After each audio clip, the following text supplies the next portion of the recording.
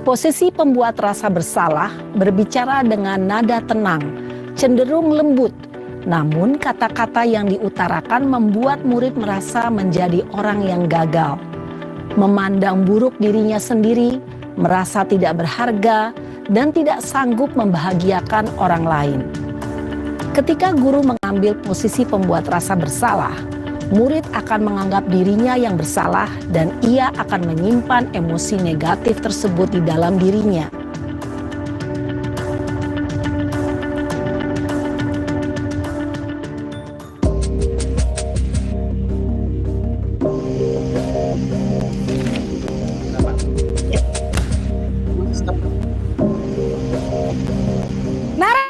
Oke, yuk.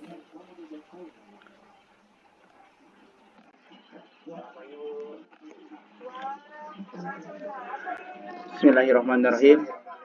Assalamualaikum warahmatullahi wabarakatuh. Waalaikumsalam warahmatullahi wabarakatuh.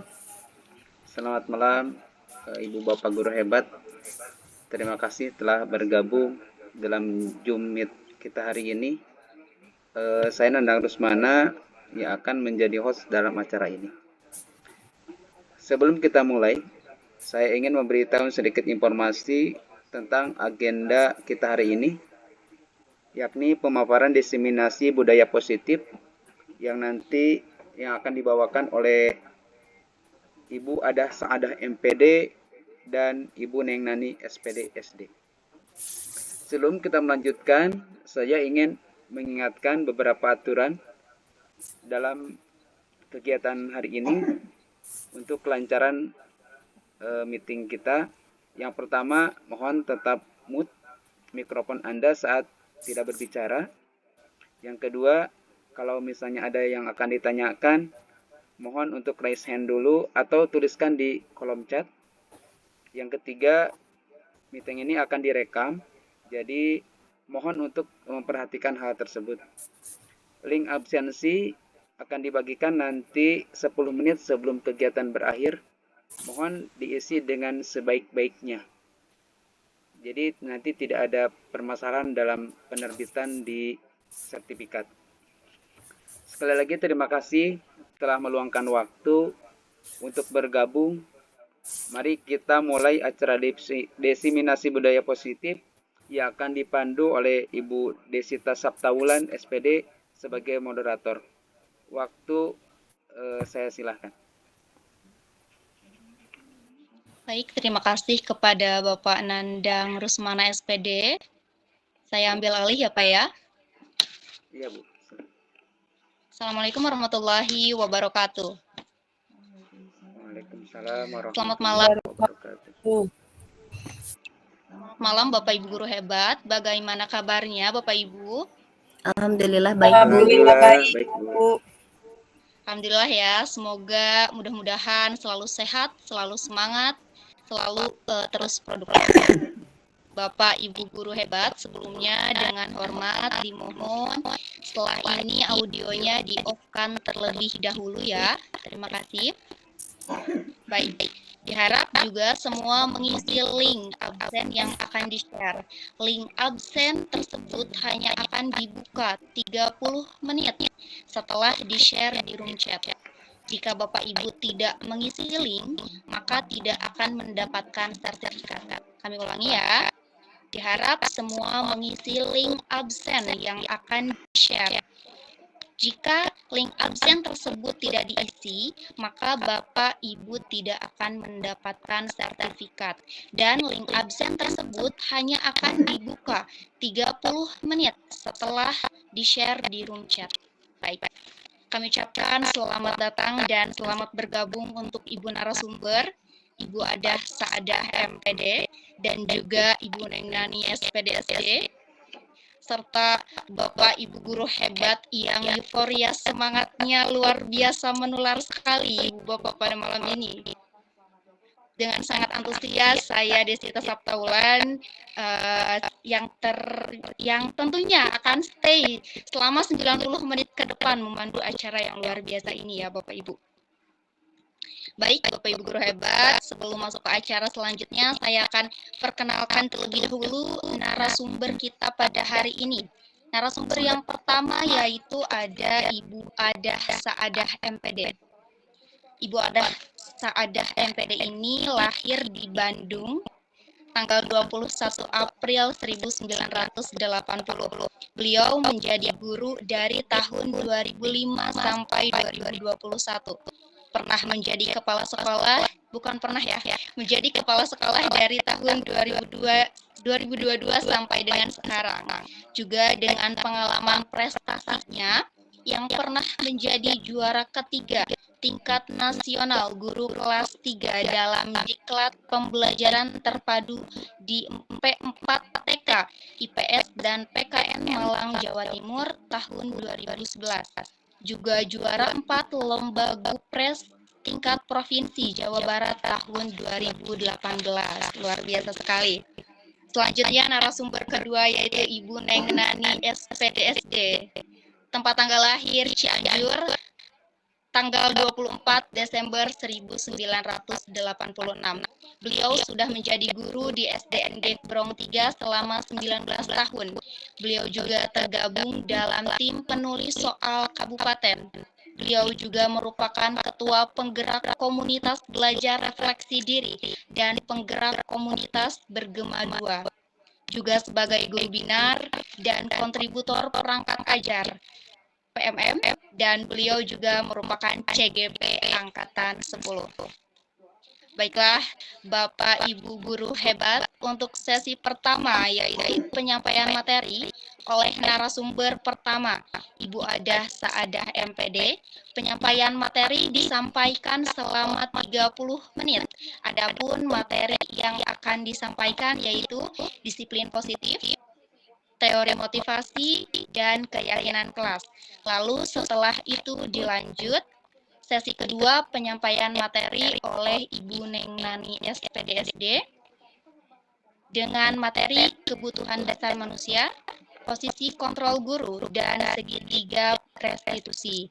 Lalu akan dilanjut tanya jawab selama 10 menit untuk 2 penanya. Jika waktunya masih cukup, dilanjut ke penanya selanjutnya, dan 5 menit terakhir penutupan, dan juga akan ada share link absensi. Baiklah, siapkan fokus terbaik Anda. Kita sambut narasumber terbaik kita, Ibu Adah Saadah MPD. Waktu dan tempat kami silahkan Ibu. Ya, terima kasih untuk semuanya. Selamat malam. Assalamualaikum warahmatullahi wabarakatuh. Apakah suara saya terdengar? Waalaikumsalam warahmatullahi wabarakatuh. Terdengar Ibu. Ya, oke, terima kasih. Cukup sangat menyenangkan ya. Kebetulan saya juga adalah temannya Bu Neng, sama-sama CGP Angkatan 10. Terima kasih Bu Neng, kita kolaborasi nih malam ini, mudah-mudahan lancar ya. Amin. Terima kasih. Ya, mangga dilanjut. Kita sekarang mau diseminasi mengenai budaya positif. Ya. Saya coba ya. Karena kemarin nih pengalaman pertama nih. Mohon maaf kalau misalnya nanti ada yang kurang berkenan ya. Ya, silakan lanjut. Baik, Ibu. Ibu yang pertama mungkin ya untuk menyampaikan diseminasi budaya positif ini. Boleh. Ini saya udah screen ya Bu ya. Ya. Dan Ibu dimulai saja Bu. Ya, silakan. Lanjut ke slide selanjutnya. Baik. Bentar Bu. Oke. Begini Bapak Ibu, pemahaman yang saya mengenai budaya positif itu adalah kan Bapak Ibu, hal-hal yang baik itu kan memang wajib dibudayakan ya. Dibudayakan itu dibiasakan awalnya begitu maksudnya. Budaya positif itu seperti itu. Jadi hal-hal baik yang kita coba beri contoh, kita berikan pengertian, pemahaman kepada siswa bahwa hal-hal yang baik ini memang harus dibudayakan. Karena kewajiban kita sebagai guru, kewajiban kita sebagai orang tua. Karena menurut saya apa itu termasuk adab ya, karakter. Kenapa budaya positif itu penting ya karena anak-anak kita itu harus beradab, harus berkarakter. Adab itu di atas ilmu ya Bapak Ibu. Jadi alangkah baiknya anak-anak kita itu kuat adabnya itu harus betul-betul terinternalisasi dan dikeluarkan dari sehingga dia berhubungan sama orang lain itu karena yang dilihat itu adabnya. Lanjut ya Bapak Ibu. Mau bertanya dulu nih. Apakah Bapak Ibu setuju bila satu pemberian hukuman dapat mendisiplinkan siswa? Bagaimana Bapak Ibu? Tidak, Bu. Tidak. Ya karena menurut saya itu nggak efektif ya. Hukuman itu tidak efektif karena ya seperti tadi Naren tadi. Dia sudah matang lambat gitu kan. Terus dia dimarahi sama bu guru. Saya beberapa kali itu mengalami karena saya juga sekolah ya Bapak Ibu. Saya juga sempat saya juga sama dulu SD dulu, SMP, SMA gitu kan.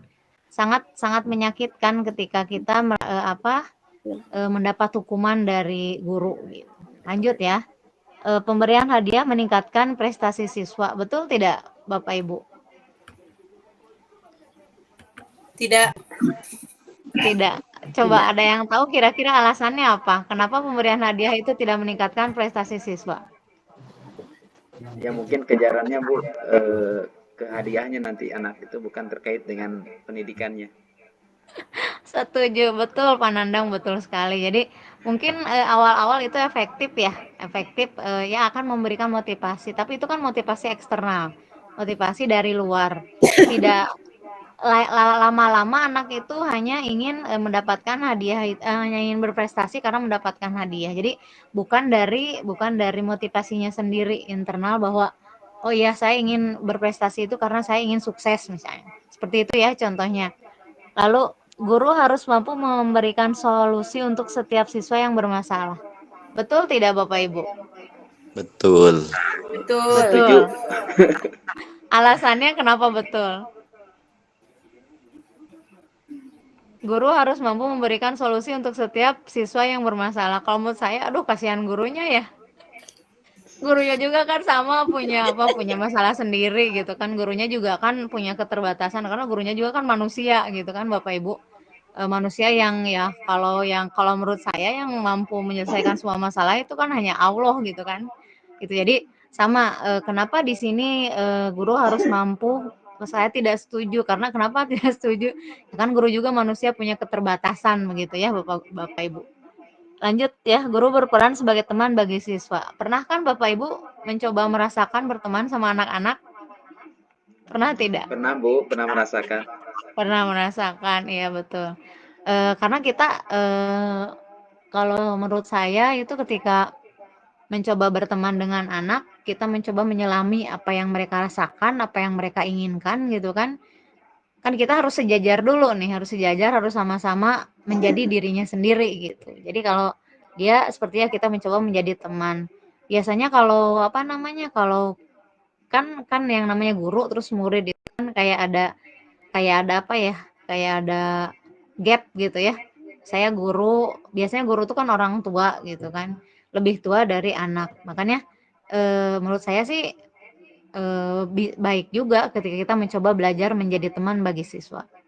Ya, mangga dilanjut Bu Neng. Nah, ya itu.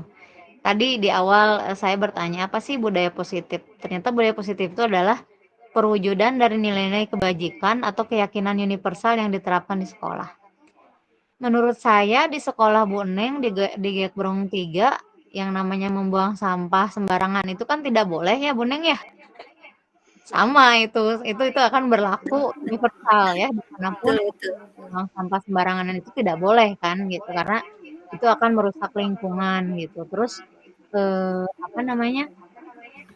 itulah maksudnya kenapa membuang sampah itu harus membuang sampah pada tempatnya harus dibudayakan itu karena itu adalah perwujudan nilai-nilai kebajikan atau keyakinan universal di semua tempat, baik mau di Indonesia, mau di Arab Saudi sekalipun gitu, dimanapun itu akan sama, yang namanya membuang sampah sembarangan itu akan merusak lingkungan, sudah pasti itu akan menyebabkan misalnya apa, banjir gitu kan, itu di semua tempat kalau merusak apa, membuang sampah pada tempatnya itu akan merusak lingkungan.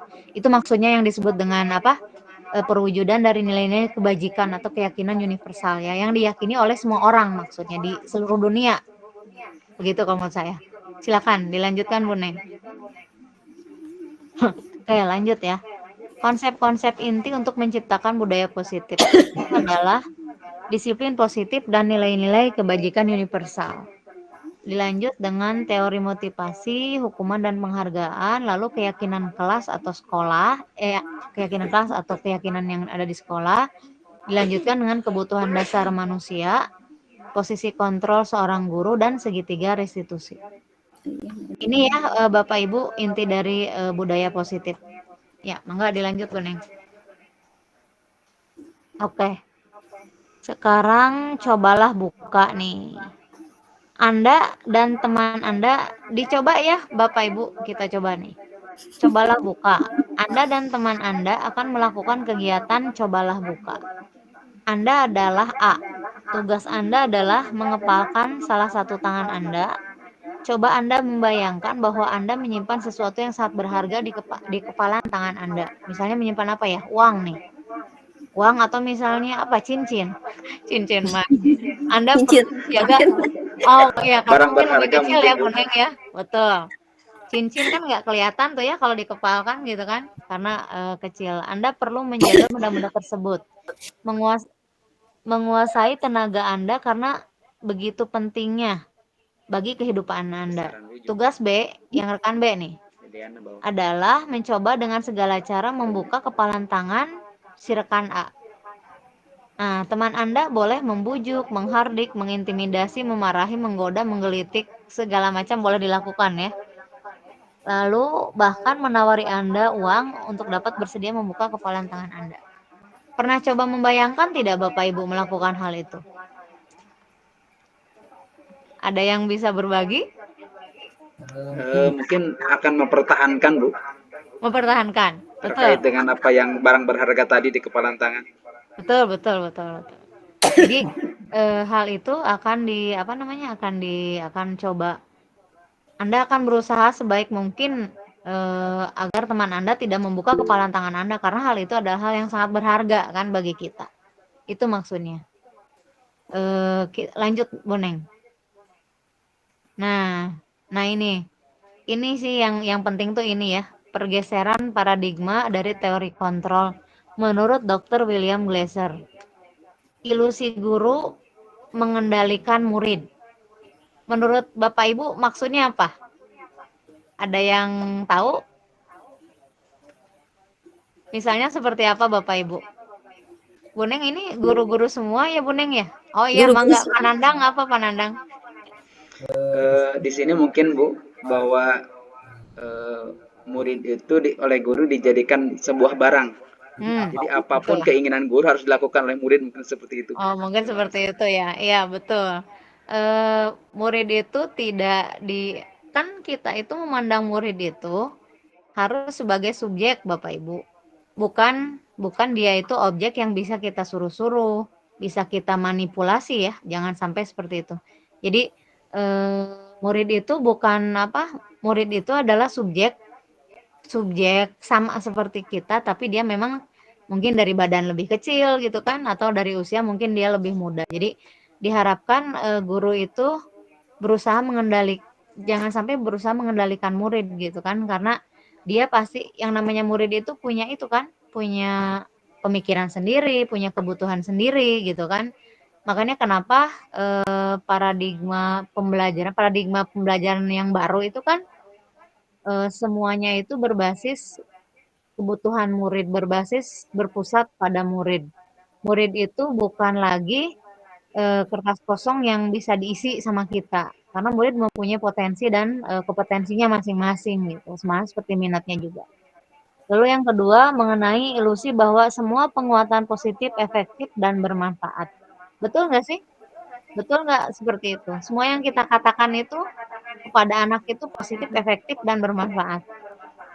Ada Penguatan positif. Boneng gimana Boneng menurut Boneng? Kalau menurut saya selama penguatan itu bersifat positif, ya bisa efektif dan bermanfaat. Meskipun ya untuk masalah jangka pendek dan jangka panjangnya dilihat juga dari tahapan prosesnya, Bun. Gitu. Kalau menurut Dan saya. dan situasinya ya, Ya, situasi yang dan yang kita hadapi, betul. Itu bisa bisa seperti itu. Selama itu penguatan yang positif ya Bapak ya, Ibu. Itu apa yang harus digarisbawahi. Dilanjut dengan ilusi bahwa kritik dan membuat orang merasa bersalah dapat memperkuat karakter. Betul nggak sih? tidak. Itu nggak efektif karena saya sangat merasakan sendiri. Saya itu tipe feeling guilty-nya yang besar. Jadi jangankan ketika Naren tadi yang kata, aduh gimana dong ibu nanti ketemu sama bapak kepala sekolah gitu kan. Jangankan dibilangin seperti itu ketika melihat orang atau guru gitu udah merengut gitu. Udah itu udah ya segitu kesininya tuh jadi oh ya Allah saya berarti sudah bersalah sekali gitu kan ya. Makanya kurang baik kalau menurut saya ketika guru memberi posisi kontrolnya sebagai pembuat rasa bersalah. Itu ke sana ya. Dilanjut dengan ilusi bahwa orang dewasa memiliki hak untuk memaksa. Itu salah ya Bapak Ibu. Betul tidak? Ada Pak Ahmad Abdul Salam ini teh. Coba menurut Ya, Bapak Ibu. pendapat Bapak bagaimana Pak? Betul tidak Bentar, orang dewasa memiliki hak untuk memaksa? Tidak boleh sih. Karena apa? Karena setiap orang itu mempunyai karakter masing-masing, dan juga setiap orang dewasa tidak semuanya benar ya Bu ya. Betul, betul. Jadi apa? Kita tuh harus ya itu tadi kan saya bilang awal gitu kan kalau anak-anak kita itu adalah subjek ya bukan objek bukan barang yang tadi kata Panandang bisa apa-apa terserah kita ya gitu kan makanya kita tidak boleh memilih tidak boleh memaksa. Kalau misalnya anak mungkin menurut itu pada hari itu dia mungkin bisa menuruti apa yang kita inginkan gitu kan. Tapi sebetulnya itu anak itu sebetulnya harus bisa coba dijelaskan sama kita kenapa dia harus melakukan hal tersebut gitu. Itu ya. Jadi guru orang dewasa itu tidak memiliki hak untuk memaksa kepada anak. Enggak, dilajeng. Bun, izin sebentar. Ini Iya, siap. share screen-nya kita ubah dulu tampilannya biar lebih besar ya. Jeda dulu Boleh. sebentar ya. Baik, Mangga, sebentar. mangga. Mohon maaf, Bun. Siap. Sebentar. Ini saya udah ini tadi tampilannya yang ini. Loji aman, Loji. Damang Pak Dedi, assalamualaikum. Waalaikumsalam. Pujian, halo Do. Alhamdulillah. Mana ya yang barusan teh? Sebentar. Ini kayaknya. Deh sebentar ya deh ya, nggak lama deh. Nah, kita ubah dulu. Cermin tanpa batas, Cina.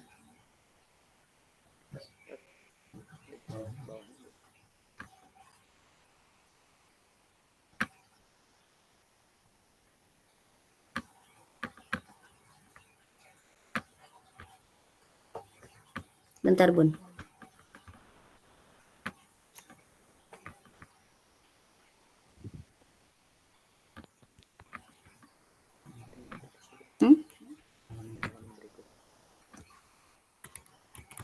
Nggak bisa diklik. Bentar dulu, Bun.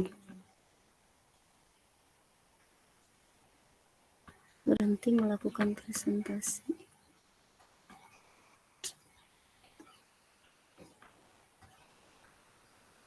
Zoom-nya nggak bisa diperbesar ya, Bun? Iya, sebentar, Bun. Ini soalnya kasihan itunya terlalu kecil.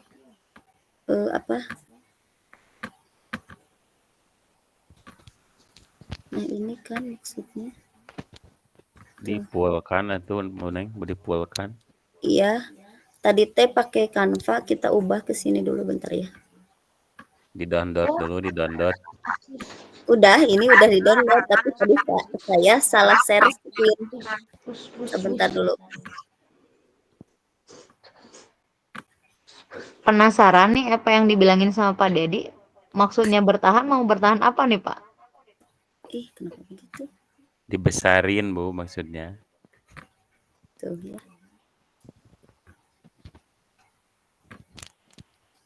Tuh, nggak bisa balik lagi.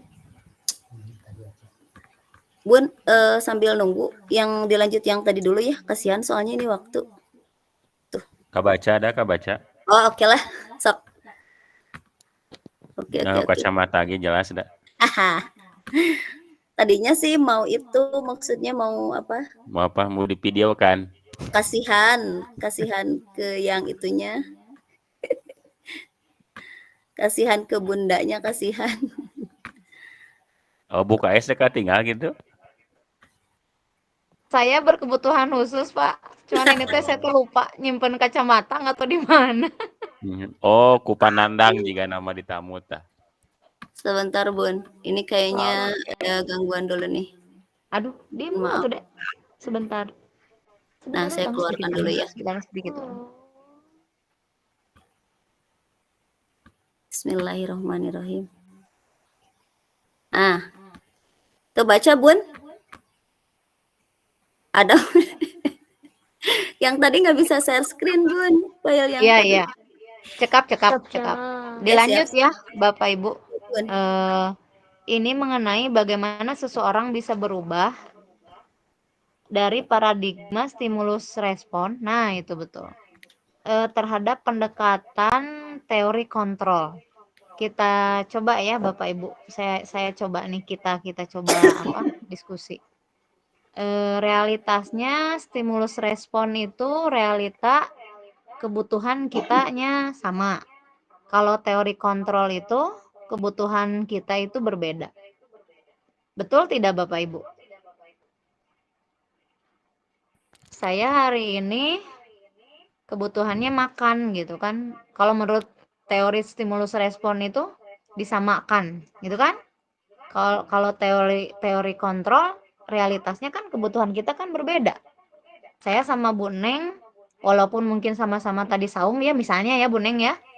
Sama-sama tadi saum atau mungkin Bu Neng udah makan segitu juga cukup gitu kan. Tapi kalau saya harus makannya nambah lagi nih gitu. Seperti itu mungkin ya maksudnya dari stimulus respon ke teori kontrol. Dilanjut dengan pernyataan bahwa semua orang memiliki hal yang sama.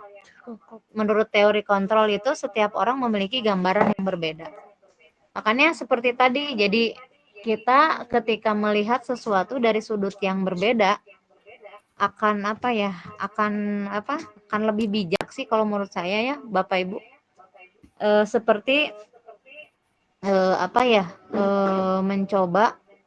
Seperti mencoba melihat, memperhatikan dari sudut itu anak yang misalnya anak yang membolos gitu kan.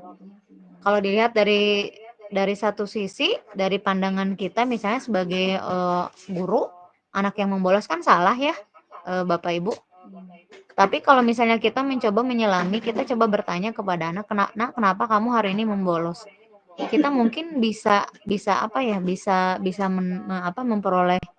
memperoleh informasi bahwa ternyata dia membolos itu karena Bu hari ini saya harus bantu mama misalnya di pasar karena kebetulan ayah sedang sakit. Biasanya kan yang suka bantu ibu itu ayah sekarang sedang sakit dan saya tadi belum sempat minta izin ke sekolah gitu kan. Seperti itu sih contohnya mungkin yang gampang gitu, yang gampang bisa kita coba perhatikan. Jadi kita coba melihat dari sudut pandang yang berbeda gitu. Kenapa sesuatu hal itu bisa terjadi? Kita coba dengan pernyataan, kita mencoba mengubah orang agar berpandangan sama dengan kita. Kalau menurut teori kontrol, kita berusaha memahami pandangan orang lain tentang dunia. Jadi nggak jauh beda sama yang tadi ya Bapak Ibu. Kita coba melihat dari sudut pandang yang lain gitu. Bukan hanya dari sudut pandang, yaitu kalau kita mencoba melihat dari sudut pandang yang lain, biasanya kita rasa bijak kita itu terasa Bapak Ibu. Lanjut dengan perilaku buruk dilihat sebagai sesuatu kesalahan. Menurut teori kontrol, semua perilaku memiliki tujuan.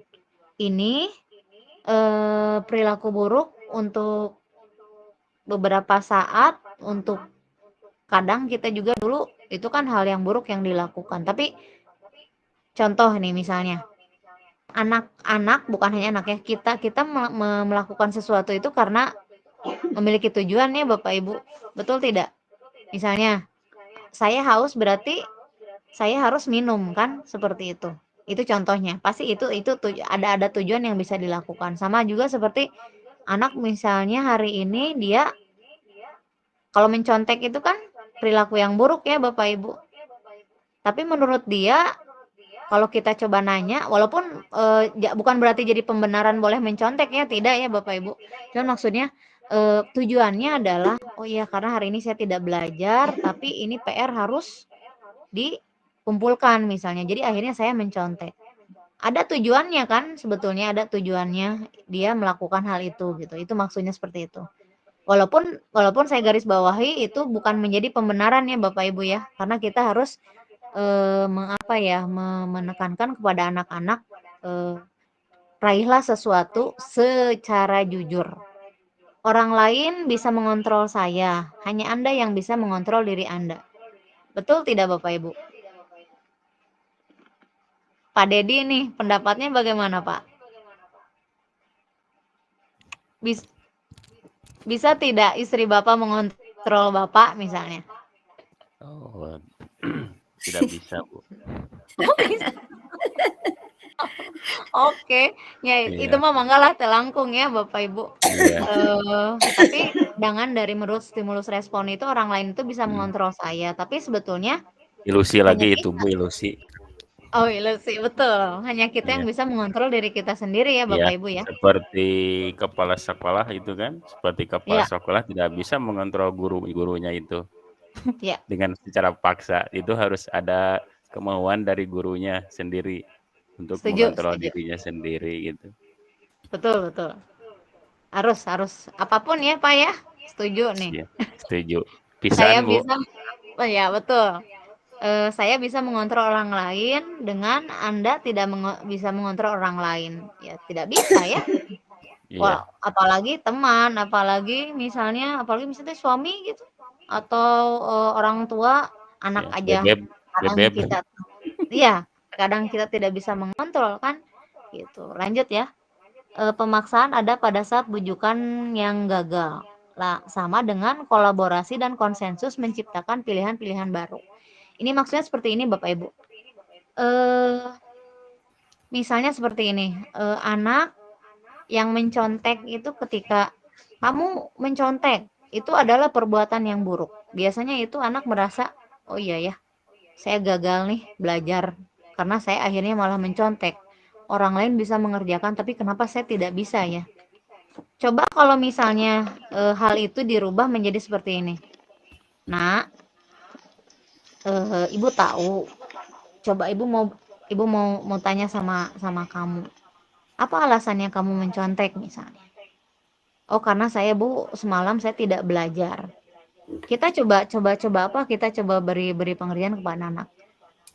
Nah, iya, Ibu juga tahu yang namanya manusia itu kan tidak lepas dari kesalahan gitu kan. Ibu juga pernah mencontek misalnya gitu, seperti itu. Nah, tapi di sana itu ada pilihan-pilihan. Nah, kira-kira kalau menurut kamu misalnya apa agar ke depan kamu tidak mencontek lagi, apa kira-kira yang bisa misalnya kamu lakukan? Jadi ulah langsung diseselan upami misalnya kapendak ketika anak berbuat salah gitu ya Bapak Ibu. Jadi untuk saat sekarang mah itu teh sudah tidak apa ya, bukan zamannya gitu ya, udah nggak efektif gitu kalau menurut saya. Jadi apalagi anak-anak sekarang yang memang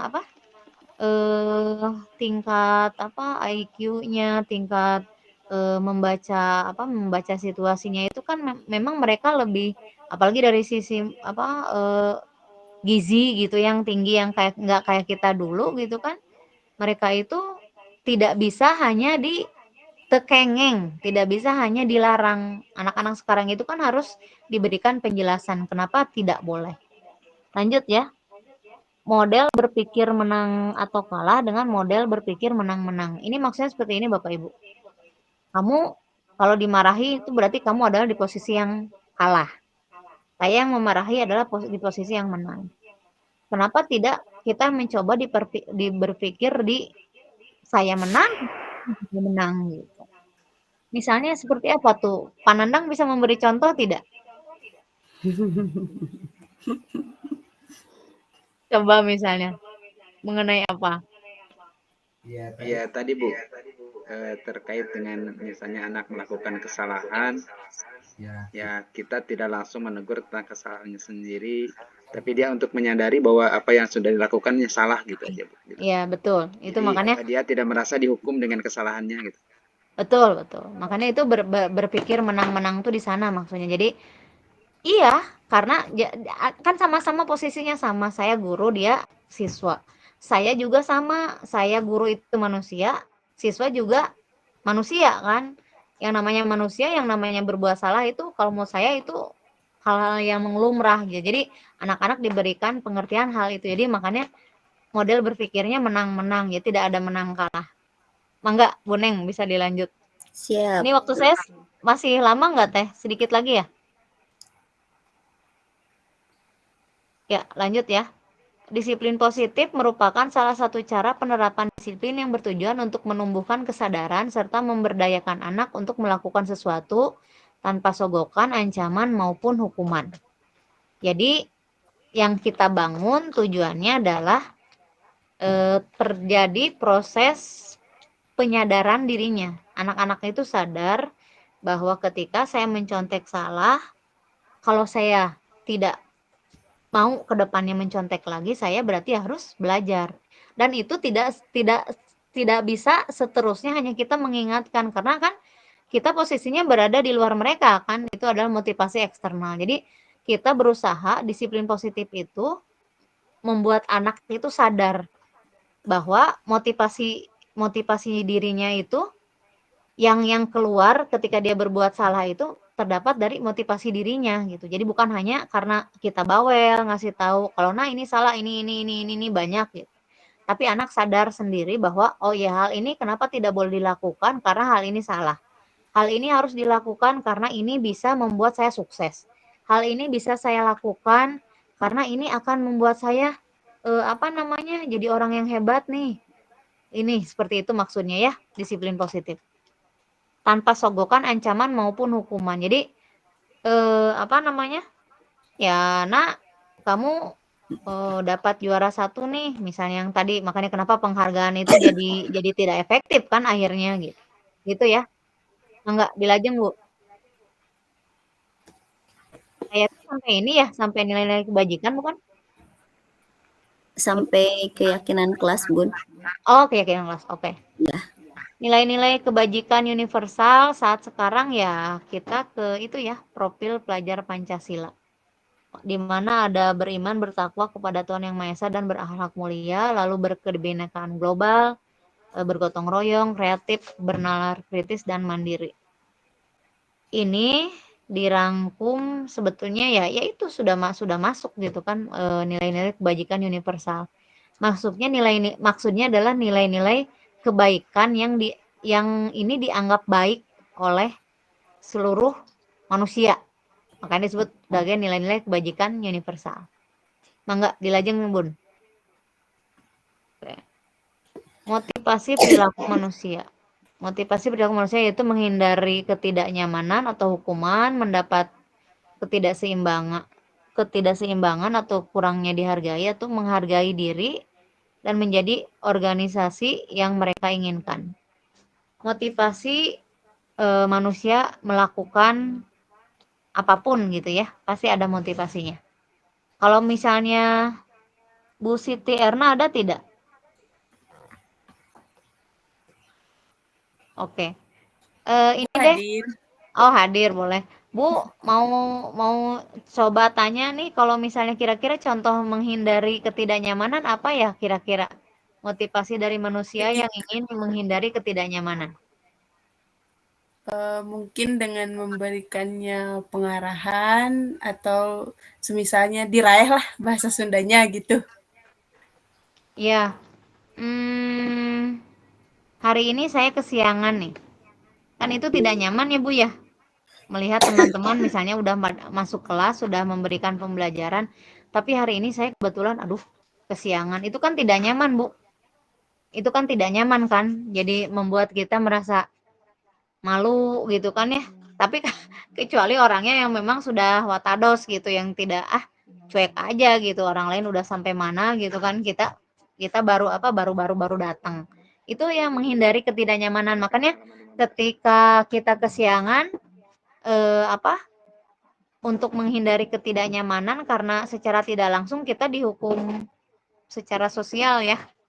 Ketika melihat teman misalnya, kalau yang berpikir sih Bu, tapi memang baiknya memang seperti itu ya Bu ya. Terus mendapat ketidakseimbangan atau tidak dihargai, ya pastilah. Ketika kita berbuat salah ya penghargaan orang kepada kita agak menurun, agak turun nih. Ya si ibu eta mah ada kasiangan wae. Atau misalnya si ibu eta mah terkadang kurang nggak nyambung gitu misalnya tuh. Jadi aja dia tidak nggak nyambung dari sisi pembicaraan, makanya kurang dihargai gitu kan. Nggak nyaman ya Bu ya akhirnya. Menghargai diri dan menjadi organisasi yang mereka inginkan. Biasanya kalau motivasi manusia itu kan ingin diterima oleh orang lain, betul tidak? Ingin diterima oleh Betul. orang lain. Enggak, manusia mah itu kan Homo sapien ya, harus bergaul sama orang gitu. Kalau jadi nggak bisa hidup sendiri kan Bapak Ibu. Makanya dia ketika ingin diterima nih sama komunitasnya, itu maksudnya ke sana ya. Dilanjut Bu Neng. Berdasarkan bagan di atas adalah penjelasan tentang hukuman, konsekuensi, dan restitusi. Ya betul yang tadi. Hukuman itu biasanya tidak terencana, bersifat satu arah, bisa berupa hukuman fisik, psikis, atau kata-kata kasar. Konsekuensi biasanya bersifat terencana yang sudah disepakati. Bentuk-bentuk konsekuensi dibuat oleh pihak guru atau sekolah. Sedangkan restitusi adalah proses menciptakan kondisi bagi murid untuk memperbaiki kesalahan mereka, sehingga mereka bisa kembali pada kelompok mereka dengan karakter yang lebih kuat. Kalau hukuman sama konsekuensi mungkin Bapak Ibu sudah memahami belum? Hukuman mah seperti tadi ya, Bu siapa tadi teh yang marahin Naren itu kan dia awalnya tidak berencana menghukum Naren kan, itu tidak direncanakan. Kalau konsekuensi misalnya seperti ini. Nah, karena kamu hari ini terlambat, kamu harus istirahatnya pun jadi terlambat karena ada hal yang orang lainnya udah selesai, misalnya kamu belum selesai gitu. Jadi nanti teman-teman istirahat 9:30, berarti kamu harus istirahat nanti jam 9:40 karena kamu terlambat 10 menit. Jadi lebih ke anak diajari untuk bertanggung jawab dari kesalahan yang telah dia buat. Tapi itu walaupun emang itu juga dibuat oleh pihak guru ya awalnya. Jadi tidak ada kesepakatan dengan siswa. Atau misalnya yang peraturan yang harus menggunakan sepatu hitam gitu kan. Kalau tidak pakai sepatu hitam berarti kalau tidak pakai sepatu hitam, anak-anak harus apa? Harus buka sepatu atau bagaimana gitu kan? Konsekuensinya dikembalikan ke sana gitu ya. Yang sudah diaturan kalau A, berarti kamu harus melakukan B, misalnya seperti itu. Dilanjut dengan restitusi adalah proses menciptakan kondisi bagi murid untuk memperbaiki kesalahan mereka sehingga mereka bisa kembali pada kelompok mereka dengan karakter yang lebih kuat. Seperti tadi, misalnya, kebetulan hari ini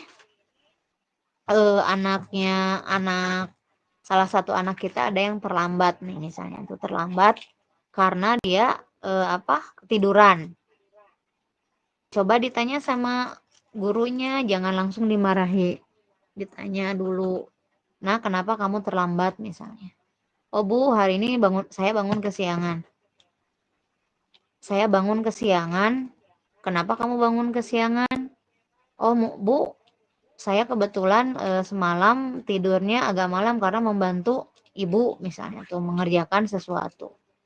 Jadi, nah coba kita nanti ke keyakinan kelas ya Bapak Ibu.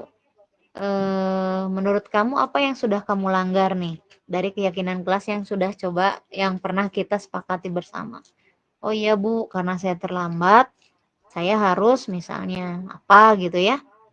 Saya harus mengerjakan apa gitu. Nah, seperti itu. Jadi balik lagi ke keyakinan kelas nanti nih yang akan kita bedah sebentar lagi. Mangga, Bu Neng dilanjut Bu Neng. Nah, ini. Masih lamakah? Konsekuensi Ibu, atau ya, habis. sampai 2020 Ibu. 4 menit lagi, boleh. Konsekuensi atau hukuman. Mencatat. Nah, mau tanya nih sama Pak Ahmad Abdul Salam. Mencatat 100 kali di dalam buku kalimat, saya tidak akan terlambat lagi karena terlambat ke sekolah. Menurut Bapak itu konsekuensi atau hukuman? Masih di mute, Pak. Ya, Hukuman atau konsekuensi, Pak? kalau menurut saya itu konsekuensi daripada tindakan yang dilakukan oleh siswa tersebut. Ini Ibu juga, saya pengalaman nih, kemarin, masih kemarin, anak saya itu terlambat ke sekolah. Kemudian saya itu udah menjelaskan mengenai matematika tentang diagonal dan simetri. Ketika di tengah-tengah itu kan evaluasi ya dari hasil pembelajaran yang saya lakukan, si anak tersebut itu ngasih lah si tugasnya ke saya. Ketika diperiksa udah 3 kali salah. Si pekerjaan tersebut saya kembalikan lagi kepada anak tersebut, kemudian diperbaiki lagi, salah lagi, perbaiki lagi sampai 3 kali anak tersebut. Lah di situ marahlah dia gitu. Apa sih Bapak itu cina ya makanya kan emang dia itu terlambat gitu. Jadi si pembelajaran yang saya berikan itu tidak tertangkap oleh anak tersebut. Karena saya juga jadi emosi spontan kayak tadi. Oh gitu. Si anak tersebut sampai si kertasnya itu disoekeun ku anjeunna gitu. Ku anak tersebut sampai ku dia teh marah. Ya makanya kenapa kamu kesiangan gitu. Anjeunna teh sampai gini, ya kesiangan aja Pak katanya. Jadi ketika saya mau menggali apa yang membuat kesiangannya itu apa, jadi anak teh udah wes sampai gitu. Ya kesiangan ya aja gitu Pak. Seperti itu Ibu. Iya. Nah, jadi kalau yang saya pelajari nih, saya juga sebetulnya baru tahu sekarang gitu ya. Ternyata ini adalah hukuman Pak. Kalau yang ini tuh ya, mencatat 100 kali, karena itu kan memang tidak ada hubungannya sama kesiangan gitu. Kalau belajar menulis mah kan puguh gitunya di kelas gitu kan ya. Tapi kan dia kan karena dia terlambat, kenapa dihukumnya kenapa dihukum ya?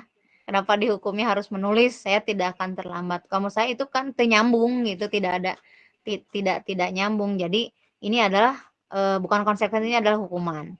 Lalu untuk lari mengelilingi lapangan 2 kali karena terlambat hadir di sekolah. Ini juga sama. Ini adalah hukuman. Membersihkan coretan yang dibuatnya di meja tulis. Nah, ini adalah konsekuensi. Dia itu kan sudah coret-coret meja tuh ya. Nah, biar meja itu tidak ada coretannya lagi, tolong kamu bersihkan. Murid diminta push up sebanyak 15 kali karena tidak menggunakan masker ke sekolah. Nggak nyambung kan masker sama push up gitu kan. Nah, ini adalah hukuman.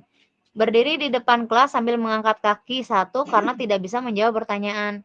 Kalau tidak bisa menjawab pertanyaan mah atau jangan jadi berdiri menggunakan 1 kaki. Kalau menurut saya itu kan tidak nyambung. Harusnya anak diberikan pembelajaran lagi atau dia disuruh belajar mengenai sesuatu biar dia bisa menjawab pertanyaan. Lanjut. Membersihkan WC karena merusak pensil teman. Lari keliling lapangan karena terlambat 10 menit saat pelajaran PJOK. Nah, kalau yang ini membersihkan WC juga merusak pensil teman. Kalau menurut saya mah disuruh beli pensil lagi aja. Kenapa harus membersihkan WC? Karena tidak nyambung ya. Kalau lari keliling lapangan karena terlambat 10 menit saat pelajaran PJOK, nah ini mah nyambung. Karena lari sama PJOK itu kan itu ya, ada hubungannya. 20 menit nih. Sudah ini slide ini apa Bu Neng? Dilanjut ya. Waktu saya sudah habis kan? Nah, ini keyakinan kelas. Kalau kata saya baiknya bagaimana, dilanjut atau sama 4 Bu? slide lagi, Bun. Silahkan dilanjut aja, nggak apa-apa. Oh, dilanjut aja. Oh, boleh. Ya, 4 slide lagi. Iya, boleh. Mengapa keyakinan kelas bukan peraturan kelas? Ada yang tahu, Bapak Ibu? Nah, kita lihat. Mengapa kita memiliki peraturan tentang penggunaan helm pada saat mengendarai kendaraan roda 2 atau motor? Ada yang tahu kenapa harus pakai helm? Karena biar tidak ditilang. Padahal sebetulnya Menjaga keselamatan. Menjaga keselamatan ya. Betul, demi keselamatan. Mengapa kita memiliki peraturan tentang penggunaan masker dan mencuci tangan setiap saat? Ini peraturan apa, Bapak Ibu? Kebersihan, Bun. Kebersihan atau kesehatan, ini kan ada hubungannya sama kesehatan ya, Bapak Ibu. Lanjut. Ya, nah, keyakinan kelas dibuat berdasarkan kesepakatan antara guru dan siswa yang bersifat universal. Peraturan biasanya dibuat oleh guru dan bersifat satu arah. Begitu ya, Bapak Ibu. Jadi, keyakinan Bapak Ibu anu di kelas tos ngadaramal keyakinan kelas tacan. Alhamdulillah parantos. Atas ya, Panandang sudah. Kalau Pak Muhammad Ramdan ini Muhammad Ramdan ya? Atas tacan, Pak? Udah Bu. Sudah. Kalau menurut Bapak keyakinan kelas itu apa sih, Pak?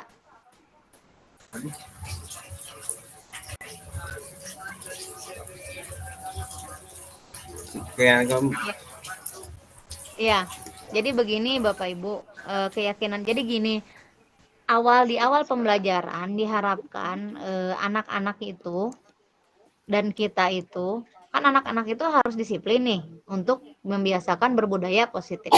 Anak-anak harus disiplin. Nah, diharapkan di awal tahun ajaran baru itu kita membuat keyakinan kelas untuk anak-anak. Keyakinan kelas itu kesepakatan yang dibuat oleh guru dan siswa yang bersifat universal. Misalnya, contoh, kalau menurut Bapak sama Ibu, apa tuh? Misalnya tidak boleh mencontek. Kalau tidak boleh mencontek, kira-kira keyakinan kelasnya seperti apa misalnya? Atau kalimat positifnya deh. Kalau tidak boleh itu kan kalimat negatif ya, karena ada kata tidak kan Bapak Ibu? Mengerjakan tugas dengan percaya diri dan jujur. Boleh. Nah, begitu. Jadi anak-anak itu kan yang namanya percaya diri dan jujur itu kan diterima oleh semua orang gitu kan, bersifat universal. Jadi keyakinan kelasnya apa ya? Jadi bukan peraturan sih. Jadi kesepakatan yang dibuat oleh guru dan siswa di awal tahun ajaran baru yang akan anak-anak lakukan selama setahun ke depan.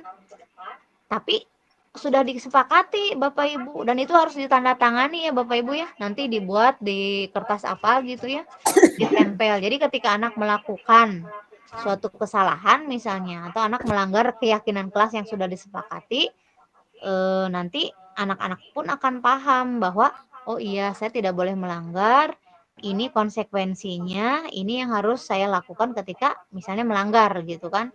Itu keyakinan kelas tuh seperti itu. Mudah-mudahan tidak puas ya Bapak Ibu. Cekapnya Bu Neng, luikan kadek ya siap. Mudah-mudahan Bapak dan Ibu bisa mencari referensi dari tempat yang lain. Sama saya juga baru belajar, baru tahu sekarang. Mudah-mudahan sama-sama bisa belajar ya ke yang lebih baik lagi. Mohon maaf apabila ada kata-kata yang kurang berkenan. Assalamualaikum warahmatullahi wabarakatuh. Waalaikumsalam warahmatullahi wabarakatuh. Terima kasih kepada Ibu Ada Saadah MPD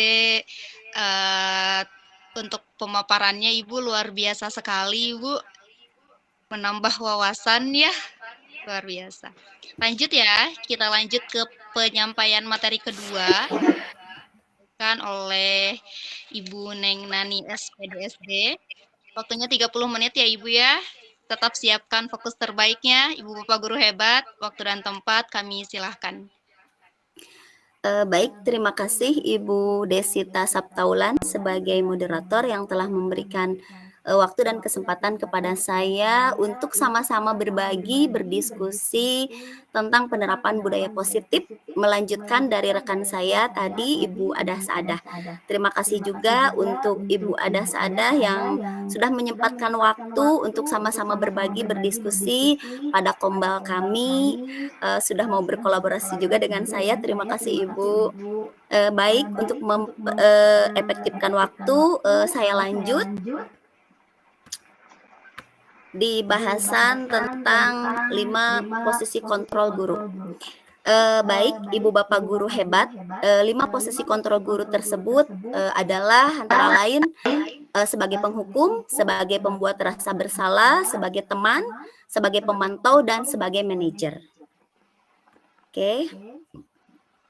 Ini sudah saya tampilkan tadi di awal melalui video YouTube dari Kemendikbudristek. Kenapa saya tidak tampilkan di pemaparan?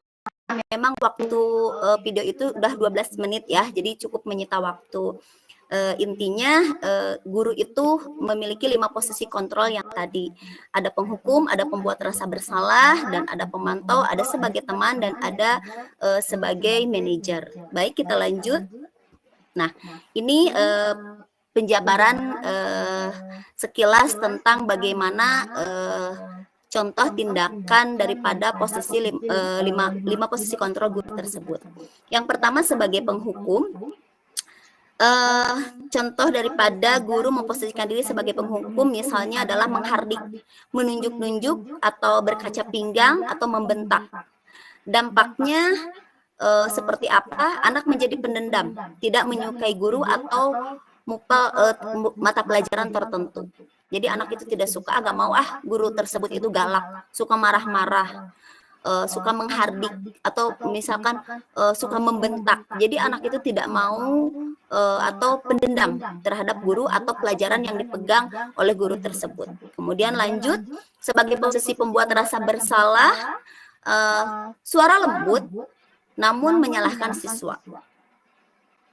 Kemudian juga guru menyatakan kesalahan pada siswa dan guru menderita. Misalkan contohnya seperti ini. Tadi kan di peristiwa di video yang saya tampilkan di awal ketika sebelum kegiatan ini dimulai, bahwa guru menyalahkan Naren yang terlambat kesiangan ya. Udah kesiangan, begini gitu ya. Ada kalimat-kalimat yang dikeluarkan bahwa guru tersebut menyalahkan anak tersebut tanpa menanyakan terlebih dahulu kenapa siswa atau anak tersebut kesiangan. Dampaknya apa dari posisi ini? Yaitu membuat siswa merasa rendah diri. Dia dan ingin menarik diri. Jadi mungkin efek jangka panjangnya anak tersebut nantinya merasa dikucilkan, merasa tidak diterima oleh lingkungannya. Kemudian lanjut posisi sebagai teman. Nah, guru di sini berpose ramah, cenderung bersenda gurau untuk menghangatkan suasana. Misalkan seperti ini, ketika anak kesiangan, mohon ya, lain kali jangan kesiangan lagi. Nanti kalau kamu kesiangan lagi, ibu dimarahi bapak kepala sekolah atau ibu dimarahi ibu kepala sekolah. Nah, di situ dia sebagai teman tidak marah, tapi tetap seolah-olah gimana ya? Tetap anak itu bergantung pada satu orang dampaknya, membuat siswa itu tidak mandiri. Jadi karena merasa ada guru sebagai temannya gitu. Baik, kita lanjut. Nah, kemudian yang keempat adalah posisi sebagai pemantau. Ini contoh sikap yang diberikan gurunya, nada bicara dan ekspresinya datar, identitas berhasil, pemantau tetap bersatu saat siswa diberi sanksi. Jadi bagaimana guru pada saat memposisikan diri sebagai pemantau, guru di sini adalah yang taat terhadap aturan dan tata tertib sekolah. Salah satu contohnya misalkan ketika anak di sekolah itu diwajibkan berseragam sepatu hitam semua. Tiba-tiba karena anak itu tergesa-gesa, dia memakai sepatu warna lain, tidak menggunakan warna hitam, misalkan warna putih. Nah, guru tersebut karena memposisikan dirinya sebagai pemantau yang taat aturan, disiplin, dia tidak menghukum anak tersebut, namun tetap menegakkan atau mengingatkan aturan yang ada di sekolah terhadap anak tersebut. Dampaknya apa terhadap anak tersebut? Yaitu menghitung hadiah atau hukuman yang diberi melihat tanpa nilai kebajikannya. Tidak sepenuhnya mandiri, tetap meskipun ini ada aturan dan tata tertib yang ditegakkan atau yang ditaati oleh guru tersebut sebagai pemantau, namun tetap dampaknya kurang efektif. Nah, ini yang terakhir sebagai posisi manajer. Nah, bagaimana guru memposisikan diri ketika beliau sebagai manajer? Yang pertama, suaranya netral. Artinya ketika netral tidak memihak kepada satu pihak atau berat sebelah. Kemudian terciptanya identitas positif pada saat menyelesaikan suatu masalah atau suatu kasus. Kemudian selanjutnya pertanyaannya bermakna. Selanjutnya membantu siswa memecahkan masalah. Dan ini akan berdampak pada muridnya itu mandiri serta percaya diri untuk memecahkan masalah sendiri. Nah, ini posisi manajer ini biasanya dilakukan nanti dibahas selanjutnya di segitiga restitusi ya. Ketika seorang guru memposisikan dirinya sebagai manajer, ketika menghadapi suatu masalah atau kasus yang terjadi pada murid-muridnya di sekolah atau di kelasnya, dia akan menyelesaikan masalah untuk mencari solusi itu dengan tahapan atau pendekatan segitiga restitusi dan memposisikan dirinya sebagai posisi manajer. Baik, lanjut. Nah, itu sekilas tadi tentang 5 posisi kontrol guru. Kemudian kita lanjut tentang kebutuhan dasar manusia. Di sini juga ada 5 kebutuhan dasar manusia. Yang pertama ada kebutuhan bertahan hidup. Yang kedua, kebutuhan kasih sayang dan rasa diterima. Kemudian yang ketiga, kebutuhan penguasaan. Yang keempat, kebutuhan kebebasan dan kebutuhan kesenangan. Mari kita lihat seperti apa kebutuhan dasar manusia tersebut. Nah, coba ini ada kalimat pemantik untuk merangsang pola pikir Bapak Ibu tentang konsep pengetahuan pada kebutuhan dasar manusia. Coba silahkan siapa yang mau menanggapi tentang kalimat nomor 1. Aku senang main kejar-kejaran dengan ibu guru, seru. Itu masuk ke poin kebutuhan dasar manusia yang mana? 1, 2, 3, 4, atau 5? Aku senang main kejar-kejaran dengan ibu guru, seru katanya. Itu masuk ke mana? Kesenangan mungkin, Bu. Iya, oke. Betul ya, aku senang. Jadi si anak itu senang main kejar-kejaran dengan ibu guru, seru katanya. Jadi anak tersebut sedang berusaha untuk mencapai atau mencukupi kebutuhan kesenangan pada dirinya. Kemudian kita lanjut pada poin nomor 2. Ibu kejar aku karena ibu guruku sayang aku. Ayo, siapa yang bisa menanggapi kalimat nomor 2 ini? Ibu kejar aku karena ibu guruku sayang aku. Ini kebutuhan apa? Dari 5 kebutuhan dasar tadi. Kasih sayang. Kasih sayang. Baik, terima kasih Pak Dedi dan Bu Erna. Rasa cinta. Rasa cinta, betul. Itu kebutuhan Seperti kasih sayang. Panandang. Intermezzo Pak, iklan. Jadi anak tersebut memang membutuhkan kasih sayang ke seorang gurunya di sekolah. Makanya di situ ibu kejar aku karena ibu sayang aku. Jadi ini ada cerita bahwa anak itu ketika belajar itu selalu lari keluar kelas, kemudian dia itu menghampiri jalan raya. Gurunya itu otomatis khawatir dong, akhirnya kan dikejar. Nah, anak tersebut tadi karena ingin mencukupi kebutuhan kesenangannya itu, dia merasa senang ketika dikejar oleh gurunya, dan dia berpikir ibu kejar aku itu karena ibu sayang aku.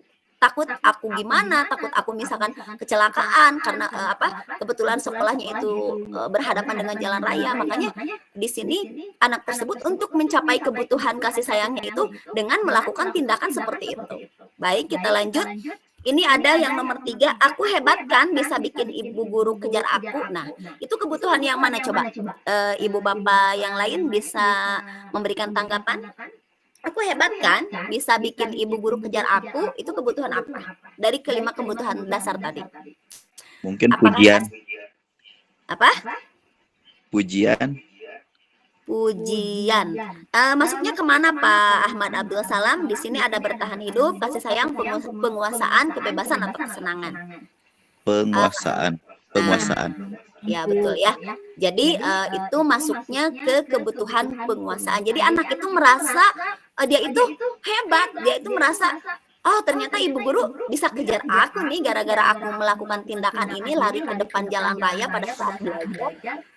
Akhirnya aku bisa membuat guru lari juga gitu keluar kelas kejar aku gitu. Dia butuh penguasaan. Kemudian kalimat yang terakhir, aku bosan belajar mewarnai terus di dalam kelas. Nah, ini coba siapa yang mau menyampaikan dari yang lain mungkin?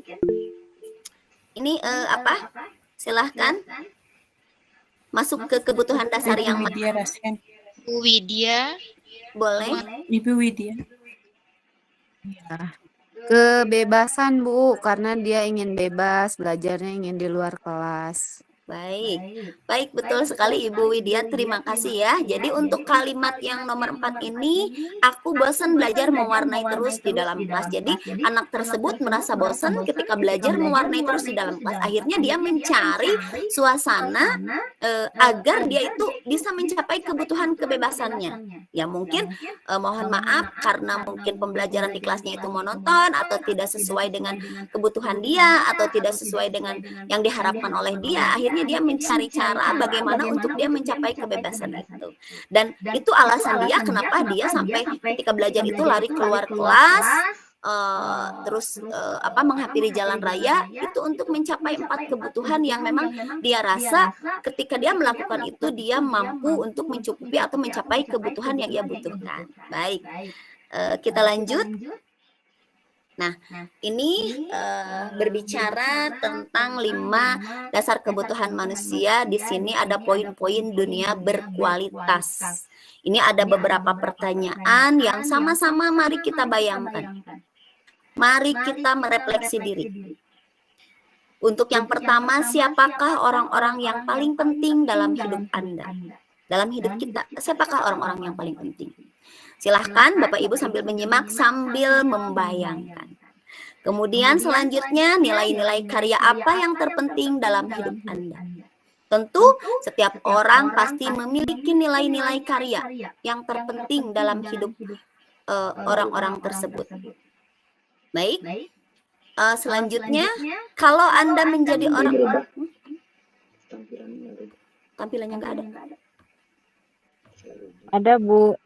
Ya, Bu, ada. Ada? Baik. Ada. Baik, kita lanjut. Kalau Anda menjadi orang yang ideal, karakter atau sifat apa yang paling Anda inginkan ada pada diri Anda? Nah, ini juga silahkan kita sama-sama membayangkan kalau kita menjadi orang yang ideal. Karakter atau sifat apa sih yang paling Anda inginkan pada diri Anda? Kemudian selanjutnya, apa pencapaian Anda yang sangat Anda banggakan?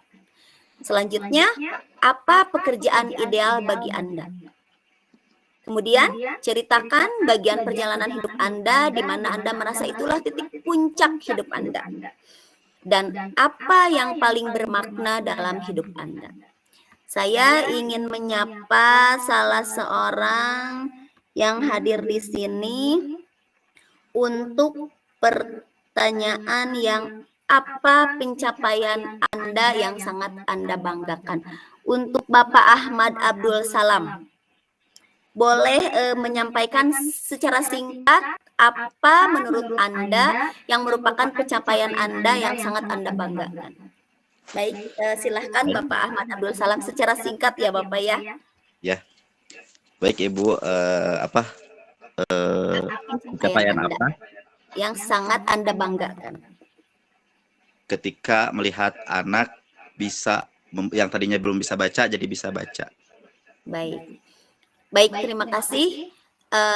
Itu yang dirasakan oleh Bapak Ahmad Abdul Salam dalam dunia berkualitasnya, bahwa di mana beliau Bahagia pencapaiannya sekali, Bu. itu sangat dibanggakan ketika ada muridnya yang awalnya belum bisa membaca, perlahan-lahan dengan bimbingannya menjadi bisa membaca. Itu pencapaian yang sangat membanggakan buat beliau.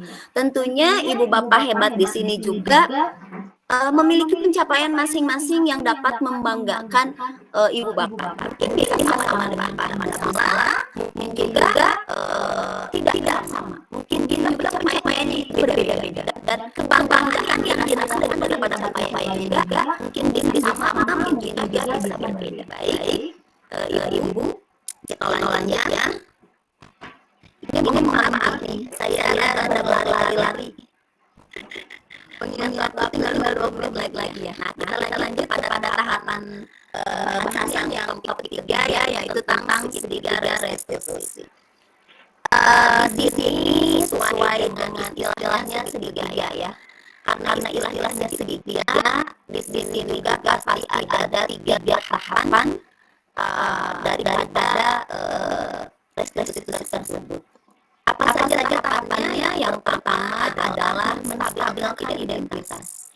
Yang kedua kemudian memvalidasi kebutuhan, dan yang ketiga adalah menanyakan keyakinan. Untuk apa sih segitiga restitusi ini dilakukan atau harus dilakukan di suatu kelas atau di suatu sekolah? Baik Bapak Ibu. Jadi segitiga restitusi ini menurut saya merupakan sebuah pendekatan untuk penyelesaian suatu masalah yang mana bisa mendidik atau menanamkan karakter kemandirian dan tanggung jawab, tidak dengan cara menghukum, tidak juga dengan menggunakan sebagai pembuat rasa bersalah, tidak juga sebagai pemantau atau tidak juga sebagai pemantau. Namun ibu bapak guru memposisikan diri sebagai manajer kita melakukan tahapan segitiga restitusi. Nah, ini contoh-contoh kalimat yang bisa digunakan pada saat melakukan segitiga restitusi untuk penyelesaian masalah yang terjadi di lingkungan atau di sekolah. Nih, di sini ada untuk mengambil identitasnya, ada contoh kalimat yang bisa disampaikan oleh guru kepada murid-muridnya yang melakukan kesalahan. Tentunya ya, setiap orang pasti pernah melakukan kesalahan. Kemudian kamu bukan satu-satunya yang pernah melakukan ini. Nah, itu menstabilkan identitas. Tidak memati kamu salah, tidak seperti itu. Tapi tetap memberi penguatan positif terhadap siswa kita, anak-anak kita, murid yang melakukan kesalahan dengan kalimat yang sebagai seorang manajer. Setiap orang pasti pernah melakukan kesalahan. Kamu bukan satu-satunya yang pernah melakukan kesalahan. Kemudian setelah kita melakukan tahapan stabilkan identitas, kita lanjut pada tahapan yang validasi kebutuhan. Contoh kalimat yang bisa disampaikan adalah kamu punya alasan mengapa kamu melakukan itu. Tentu ya adalah setiap orang bertindak sesuatu atau berbuat hal itu pasti memiliki alasan. Tidak mungkin orang berbuat sesuatu tanpa ada alasan. Kemudian selanjutnya ada cara yang Dengan kondisi seperti itu, kiat-kiatnya apa sih Bu? Untuk menerapkan budaya positif itu terhadap anak didik saya. Gitu. Baik, itu saja mungkin pertanyaan dari saya. Terima kasih. Wassalamualaikum warahmatullahi wabarakatuh. Bisa langsung dijawab ya kepada Ibu narasumber, silahkan. baik. Ibu Adah, mangga. Bangga, mohon siap. Kalau mengenai kiat,